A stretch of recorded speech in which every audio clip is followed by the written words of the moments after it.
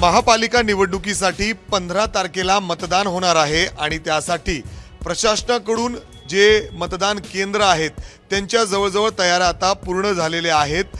आता आपण पुण्यातील गणेश कला या ठिकाणी आहोत। इथं जर आपण बघितलं तर ईव्हीएम मशीन्स जे आहेत ते पूर्णपणे इथं सील केले जात आहेत। वेगवेगळे मतदान केंद्रावर त्यांना पाठवलं जात आहे, चेक केले जात आहेत आणि अशा पद्धतीने पुण्यामध्ये जेवढे मतदान केंद्र असतील ते सगळे मशीन्स इथूनच चेक करून पाठवले जात आहेत आणि मोठी यंत्रणा या ठिकाणी आपल्याला सज्ज पाहायला मिळते।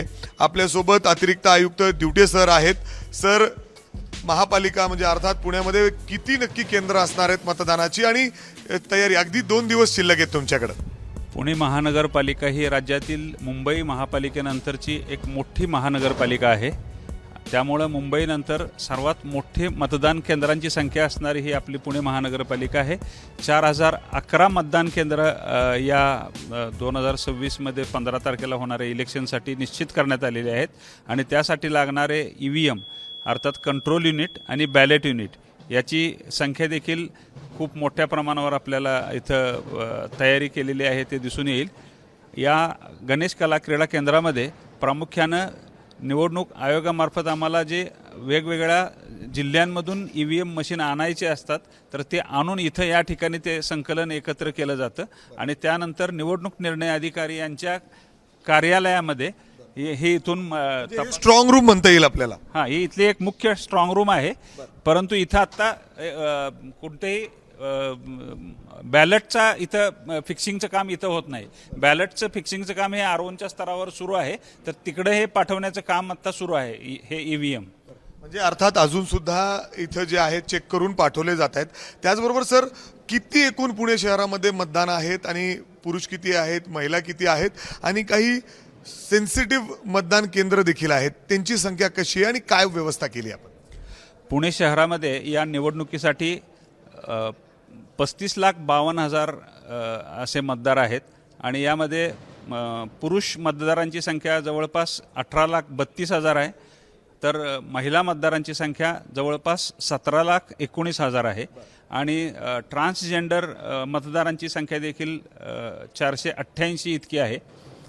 या सगळ्या मतदारांसाठीच्या मतदान सुरळीतपणे पार पाडता यावं त्यांना यासाठीची आवश्यक त्या सर्व खबरदारी उपाययोजना हे महापालिकेमार्फत सगळ्या 4011 मतदान केंद्रांवर करण्यात येत आहेत आणि हे ईव्हीएम असतील किंवा मतदान केंद्रांचं जे अन्य लागणारं फॉर्म्स असतील, साहित्य असेल, ह्या सगळं ह्या गणेश कला क्रीडा केंद्रामध्ये इथं सगळं बारकाईनं तपासून 2-3 वेगवेगळ्या टीममार्फत तपासून हे साहित्य सगळ्या निवडणूक निर्णय अधिकारी यांच्या कार्यालयाकडे आता रवाना करण्यात येत आहे आणि यथावकाश ते 13 तारखेला त्यांच्या स्तरावर चेक परत एकदा करून घेतील आणि 14 तारखेला हे मतदान केंद्रावर जाण्यासाठी मतदान केंद्राचे जे काही अधिकारी नियुक्त केलेले आहेत त्यांच्याकडे हे सुपूर्द केले जाईल। सर, काही सेन्सिटिव्ह मतदान बूथ आहेत का, केंद्र आहेत का असे?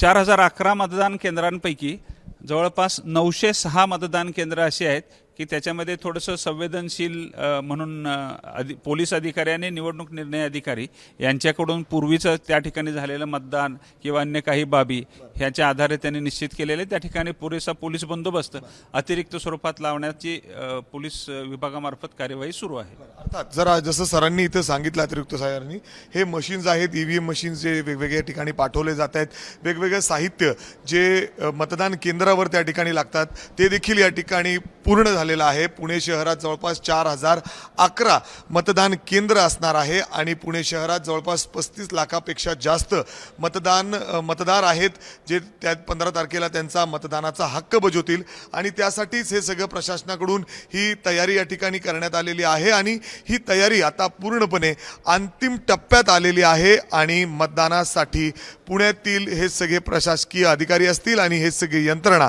या ठिकाणी सज्ज पाहायला मिळते। कॅमेरामॅन राजेश बिडकरसह मी मिकी घई, एबीपी माझा, पुणे। एबीपी माझा, उघडा डोळे बघा नीट।